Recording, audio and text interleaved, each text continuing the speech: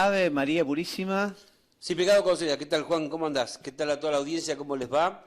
Aquí estamos para seguir caminando. Y en realidad lo que nos proponemos no solamente es caminar, sino hoy queremos que el avance sea un avance que deje bases en tu construcción en la catequesis y en tu construcción como catequista. Ya vas a ver los temas que vamos a hablar.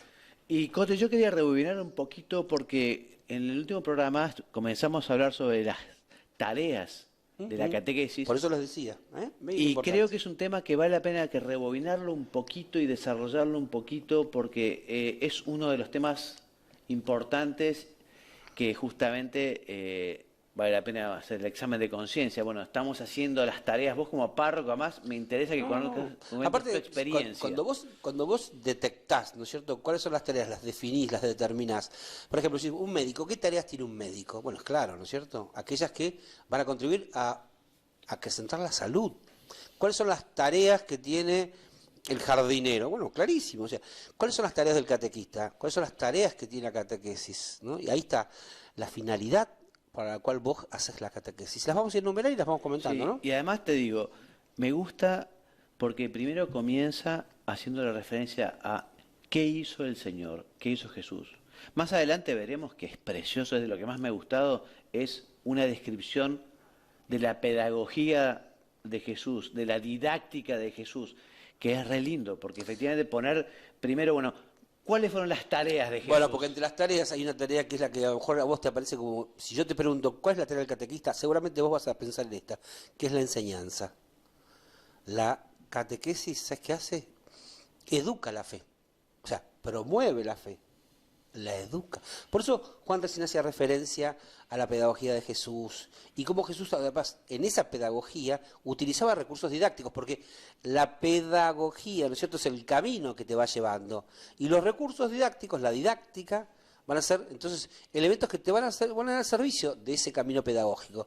Vas a ver que en la pedagogía hay orientaciones distintas. No sé, yo no me animo a citar ahora pedagogos, pero vos podés conocer, no sé, la pedagogía de Freire, por ejemplo. Por ejemplo, para citar alguno, y otros, de Montessori. me gusta más. Bueno, no sé, digo, más allá de los gustos, generalmente todos los instrumentos pedagógicos van respondiendo a los momentos históricos y los pensadores pedagógicos surgen, ¿no es cierto?, de esta combinación de las circunstancias y cómo transmitir. Estamos en un tiempo muy complejo donde la transmisión entró en crisis, la transmisión de los valores, la transmisión de las verdades. Incluso escuchaba el otro día como ponían en duda hasta el valor de la verdad. Sí, ¿no? Y citaban a filósofos diciendo como que es mejor vivir sin verdad, o posverdad, mejor dicho. Sí. Bueno, nosotros vamos a construir un camino. En una sociedad líquida.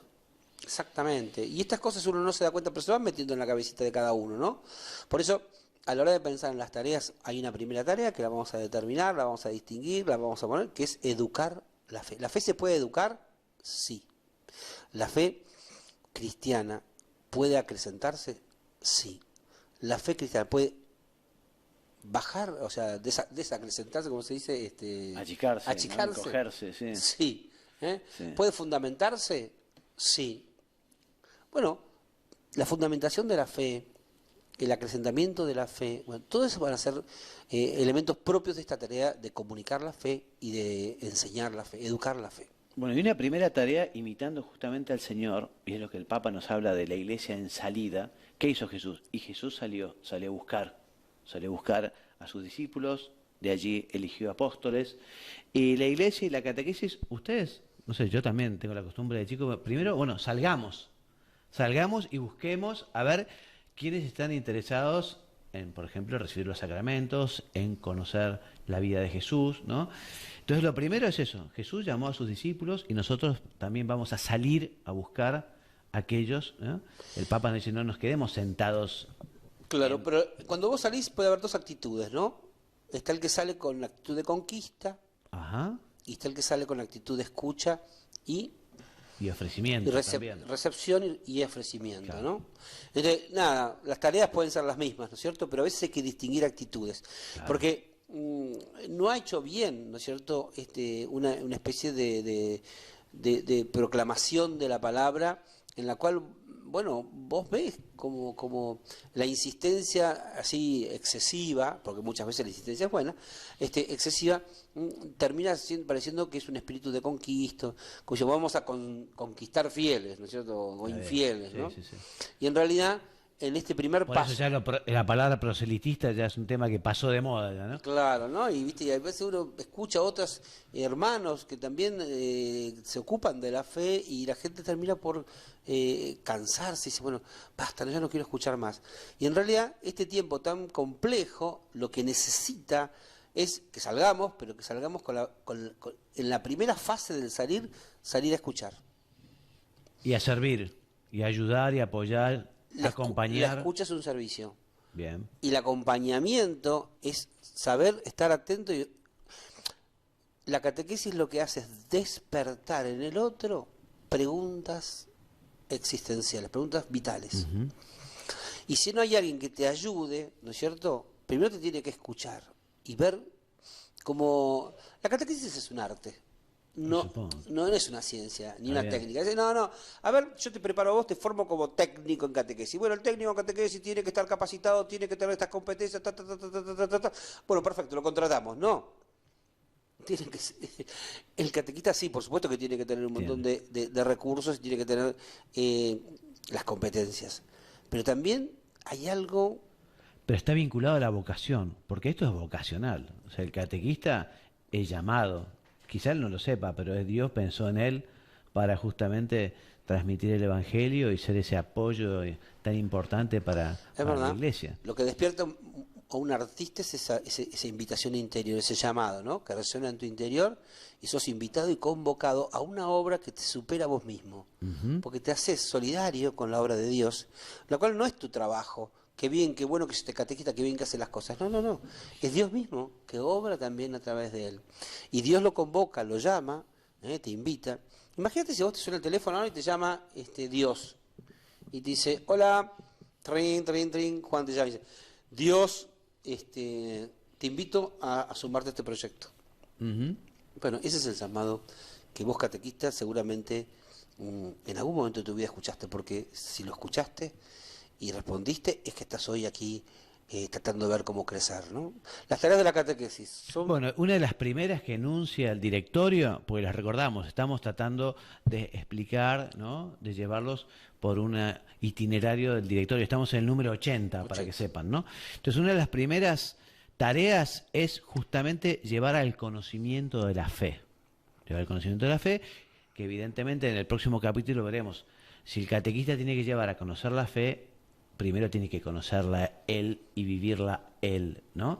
Por eso es tan importante, como veremos en el próximo capítulo, la formación del catequista para poder transmitir la El fe. Benedicto decía el otro día, hace un tiempo, ¿no? Dijo, le llamaba la atención, ¿no? Y decía, yo descubro que hay analfabetismo religioso.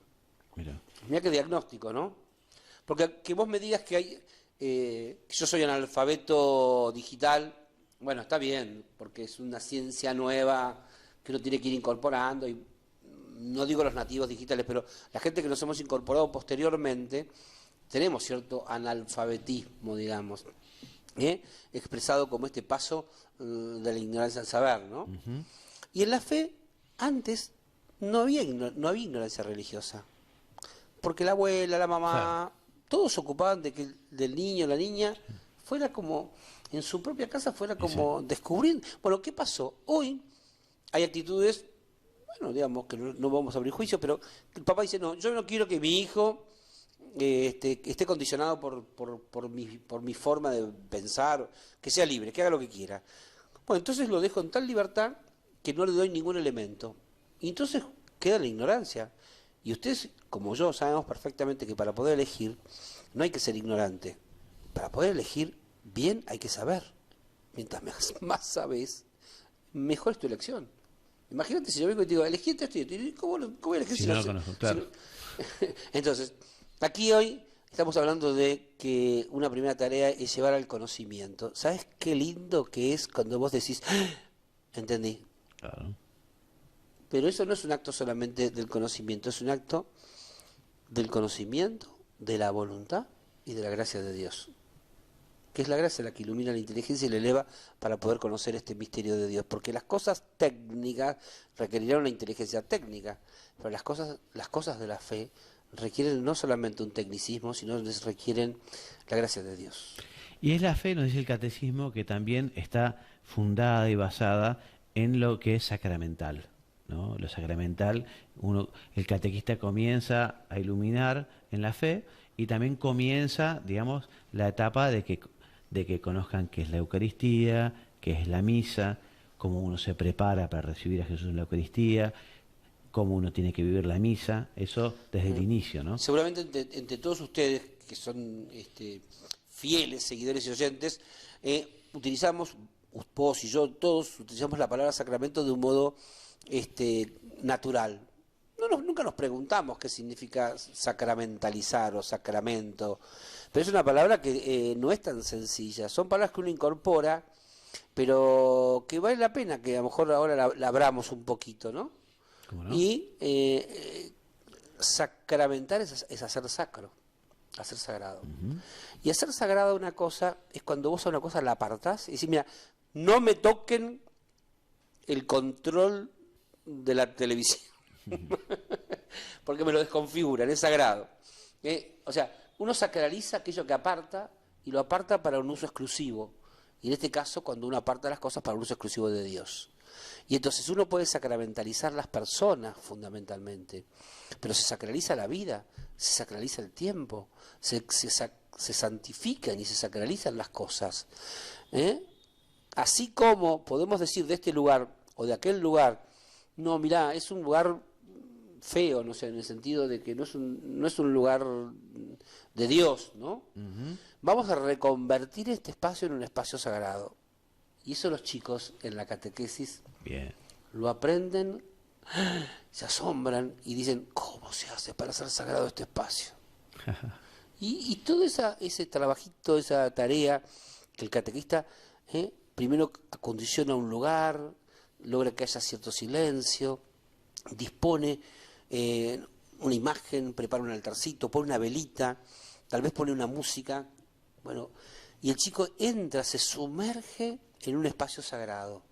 Yo me acuerdo, ¿no es cierto?, de niño, ¿no?, ingresar a las iglesias y me explicaban entonces cómo este lugar donde Dios habita. Y yo no he perdido ese sentimiento. Muy bueno. Al contrario, yo siempre que entro en una iglesia me da recogimiento. Vengo ahora de conocer la iglesia San Luis Gonzaga, ¿no? Ajá. Ahí en el pueblo de Manzanares. Y fue entrar a la iglesia, ¿no? Y bueno, y ponerse de rodillas y estaba vacía, ¿no? No había nadie. Ingresé y a conocerla, pero enseguida sentí la presencia de Dios, me saqué del sagrario, hice mi oración. Qué lindo poder no solamente conocer los lugares sagrados, sino también al conocerlos, descubrirlos y vivir la sacralidad del ámbito. Y cuando les hablan del sacramento como signo sensible, ya allí lo hacen de un modo plástico, porque justamente es un signo, pero que tiene algo sensible. En la catequesis ustedes Todo. les van mostrando el agua, el aceite, a los chicos ya. ¿Qué quiere decir que es un signo sensible? Bueno, sensible es porque entra por los sentidos. Sí. O sea, puede entrar por la vista, puede entrar por el oído, puede entrar por el gusto, puede entrar por el olfato. Fíjate cuando vos haces un acto sagrado, ¿no es cierto?, una adoración eucarística, por ejemplo, y pones este incienso. Inundás de perfume el ambiente. Y eso contribuye a que la persona que participa utilice esos sentidos. El olfato, mira, el olfato, ¿para qué lo usamos el olfato? No lo usamos mucho. Y el olfato te puede ayudar a vivir más sacramentalmente, ¿no? O de una forma más sagrada tu espacio. La música sagrada, las imágenes sagradas, e incluso, ¿no es cierto?, cuando hoy, por la pandemia y todo, recibís en la mano el cuerpo de Cristo. Y cómo el niño se le enseña y aprende enseguida cómo tiene que recibirlo, ¿no? Y cómo tiene que cuidarlo, y cómo tiene que ver que no quede ninguna partícula. Y el tacto mismo El tacto comunica muchísimo. Fíjate que una de las cosas que nos pasa en este aislamiento es que no estamos en contacto. Ay, cómo sufrimos no poder darnos un abrazo, cómo sufrimos no poder estar juntos. El tacto es el más primitivo de los sentidos, es el primero, pero también es el que pone más en comunicación. Signos visibles, signos sensibles, signos que impactan en los sentidos, pero que no se quedan en lo sensible, sino que impactan en el alma de la persona. Seguimos avanzando porque hemos visto 5 puntos y llevamos con No, pero la mitad de tiempo. este punto a mí me fascina. Ahora hay 2 puntos que son también re importantes. Me fascina que puedan descubrir, porque esto que les cuento son descubrimientos que yo mismo fui haciendo, ¿no? Fíjate que desde lo sensible ir a lo profundo. Este camino, este tránsito que hace el catequista con el niño, que lo va llevando de una emoción a un sentimiento hondo de amor a Dios, ahí está el arte de la catequesis, cuando provoca el acto de fe. Porque la sensibilización que tuvo por el recurso no es el acto de fe. Eso es un impacto. Está bien. Que lo sacude y lo abre, pero abre su alma al conocimiento y al amor de Dios. Bien, otra tarea que nos dice el directorio es que el catequista deberá justamente formar al niño o los niños para que conozcan la vida de Jesús y para que vivan conforme a los mandamientos de la ley de Dios y conforme a la vida de Jesús. La siguiente tarea, que es la que yo te quería preguntar y ya te avisé que te iba a preguntar, es que los catequistas también procurarán enseñar a orar, a rezar a los niños, ¿no? Y yo quería preguntarte un poquito, ¿cómo hacen para a los chicos enseñarles esa oración, de alabanza, de acción de gracias, de petición? Muy bien, igual me dejaste picando en el tema anterior, esta última reflexión que hiciste sobre la identificación con Cristo, la imitación de Cristo, la identificación con Cristo. Yo cuando era chico se me confundían los próceres con los santos. Mirá. No sabías el santo de la espada, que era un prócer. Si el santo, o los superhéroes, porque también estaba Superman, o sea, que en el elenco de personajes que daban vuelta en mi mente, se me mezclaban un poco el santo. ¿Pero que a los 5 años? ¿A los 6? Sí, porque leíamos en casa unos libros, unas revistas que se llamaban Vidas Sagradas. Buenísimo. Y vidas ejemplares. Y las vidas ejemplares contaban vidas de santos. Entonces, de ahí pasábamos a leer Superman, y después de ahí pasábamos a leer el colegio, la vida de los próceres. Entonces, eran personas que se distinguían, ¿no? Pero uno adhiere a esos modelos también.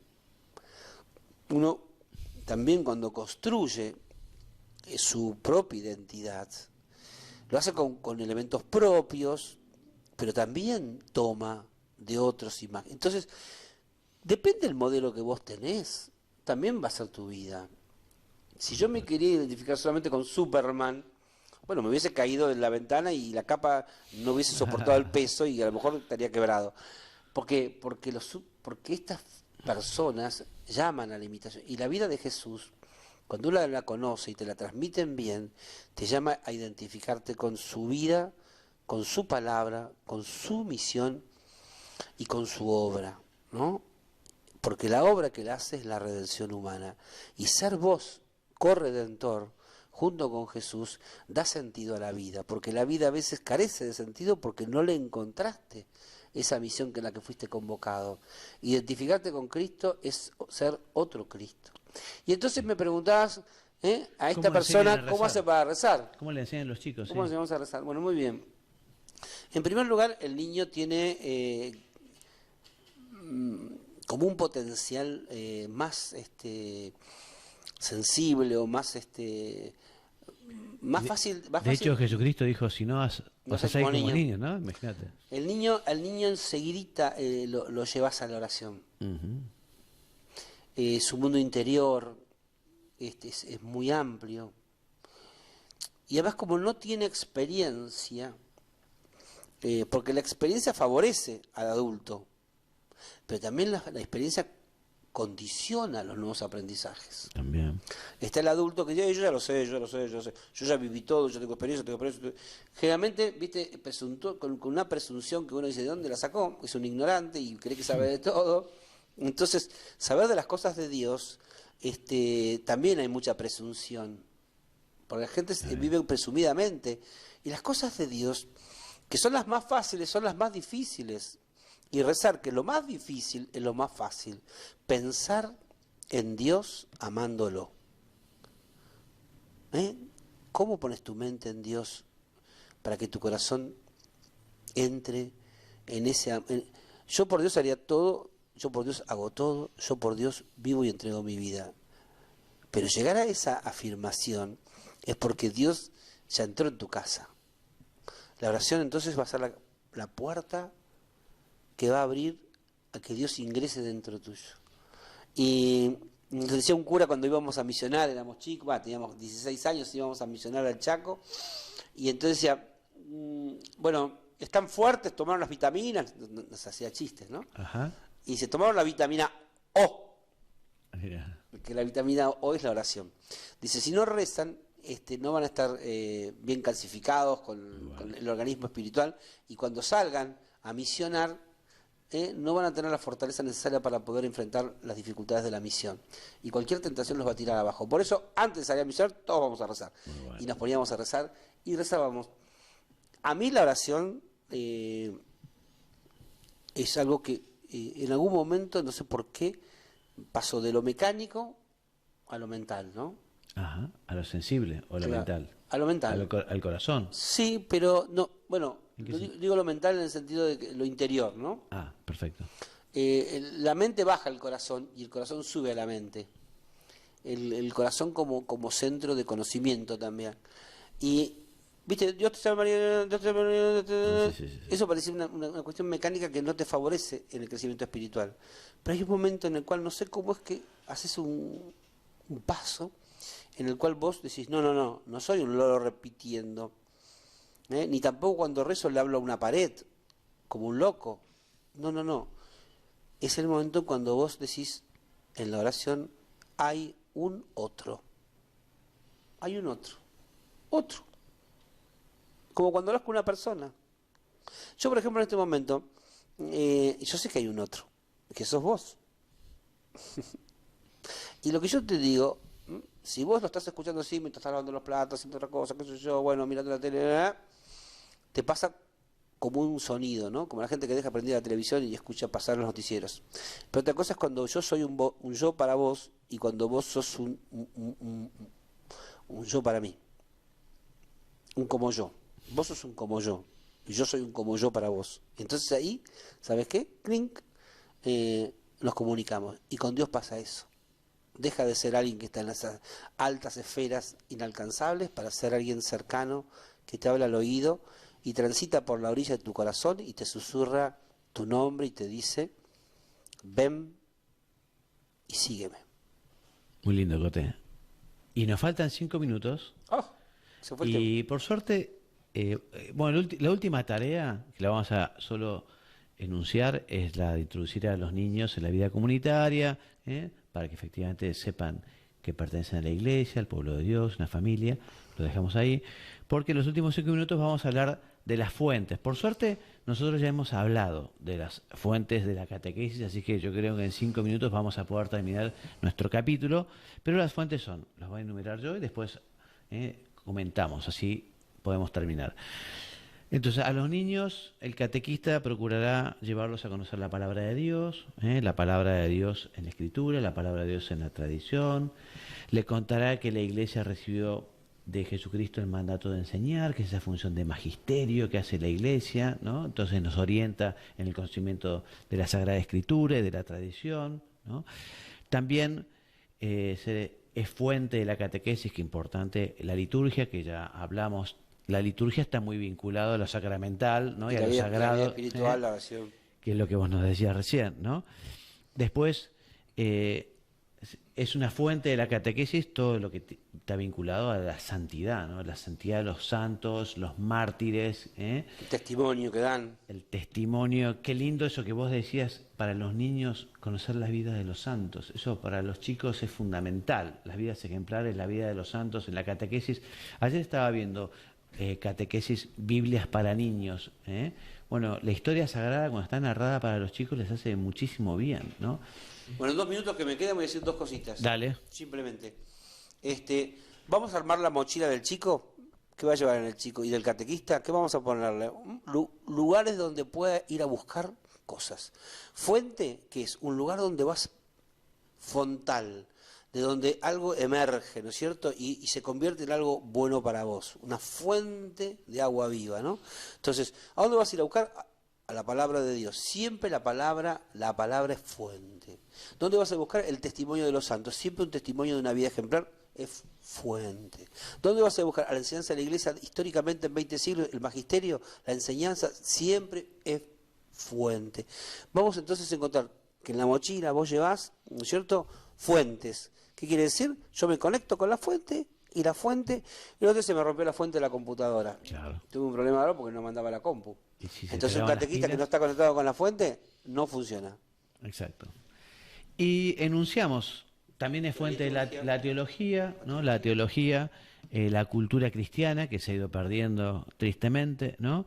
La cultura en general. Y por último, y con esto terminamos como fuente, la belleza, ¿no? La belleza. Bueno, esto es un aporte de desde la iglesia toda la vida. vida, pero Francisco lo ha puesto ahora la via pulcritudes, ¿no? Y esto es la belleza. ¿Viste cuando vos te estás frente a una montaña, un lago, y decís, siento que está Dios presente, te habla, ¿no? Y esa es una fuente de inspiración para encontrarse con Dios, la belleza. Así es. Después lo retomamos. Sí, además hemos conseguido terminar así nuestro capítulo segundo. Dios mediante, entonces el próximo programa comenzamos el capítulo tercero, el catequista. ¿Querés chau. darnos una bendición final? No, ¿O solo un saludito? Un saludito. ¿Un saludito? Bueno, entonces los bendigo yo. Y que Dios los bendiga y los haga muy santos. Amén.